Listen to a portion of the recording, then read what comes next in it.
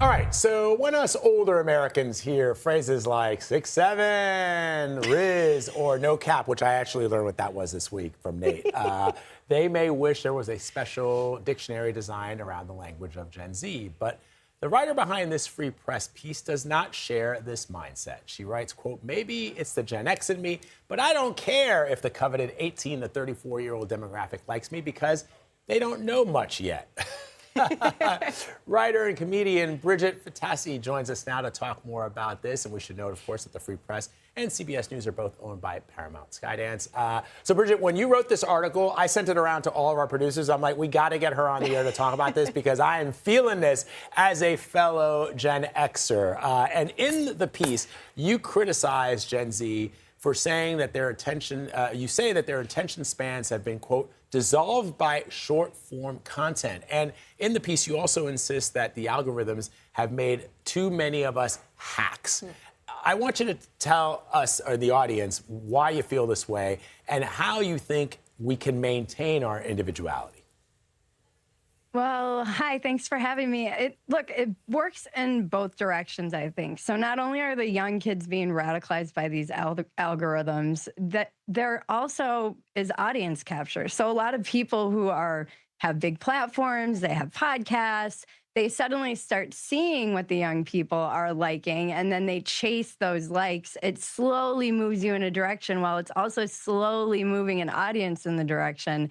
And then it becomes almost a downward spiral. And I do think that it has done something to our attention span. You know, I'll get into debates with younger kids and they'll send me a TikTok reel. And I'm not saying that you can't learn anything from TikTok, but please go read a book. Maybe take some time to learn a little bit more deep knowledge about a subject.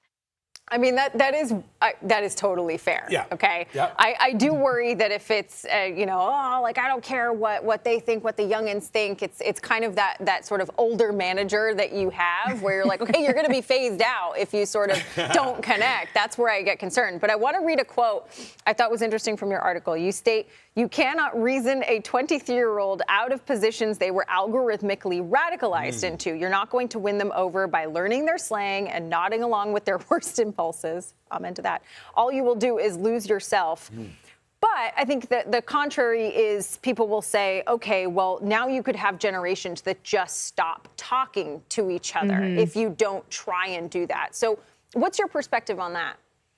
I think Gen Z actually has a lot to offer Gen Alpha. These are the first generations of children who have been raised completely online. And I'm not saying that you shouldn't listen to them or connect to them, but I think chasing their approval, we were all kids once. Did we care? Wasn't it embarrassing when the adults were trying to be cool like you? I just think there's a difference between, a lot of these conversations I see happening online with a lot of these big podcasters, it does come across as like, see how based I am? I'm one of the cool. It's that meme where it's like, hey, fellow kids, here I am. So I'm not saying at all Gen Z and Gen Alpha and all the younger people don't have wisdom of their own to offer. They don't have things that we can learn from them.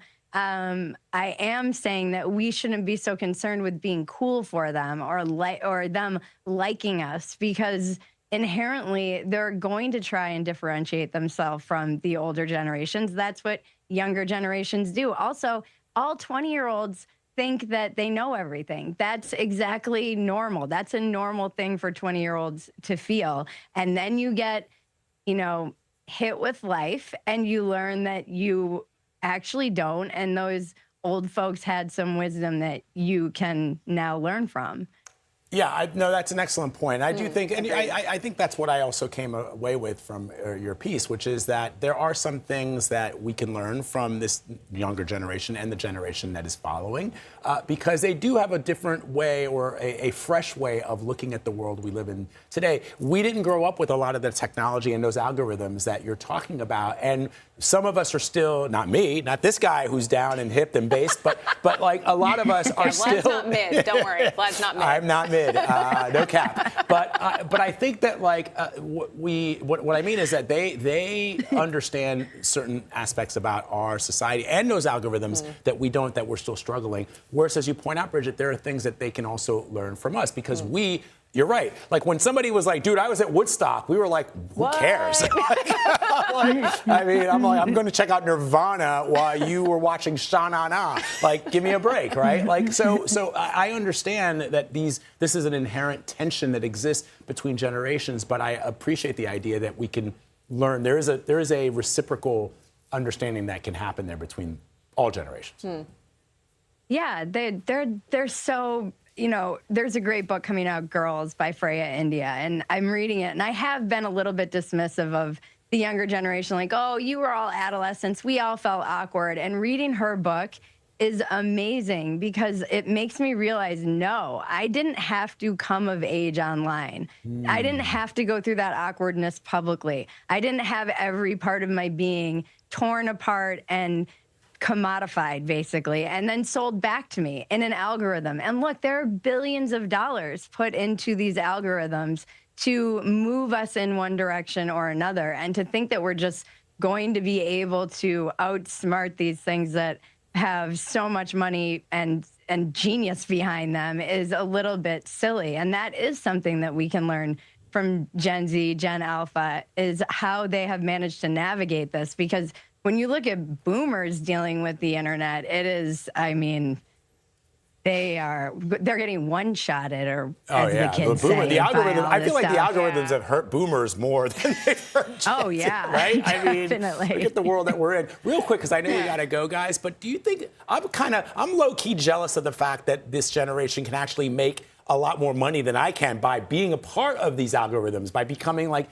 influencers. You don't even need like a college degree. And that's, I think what's so interesting, I love this discussion, but I think you hit on a point of, because there is so much money in this space and attracting young people, all these companies that we work for, or, whatever, like, are going after that because you have to. That's how you sort of continue your business. And there's that tension of like, nah, I don't care what they think, but damn it, I need them to buy my stuff.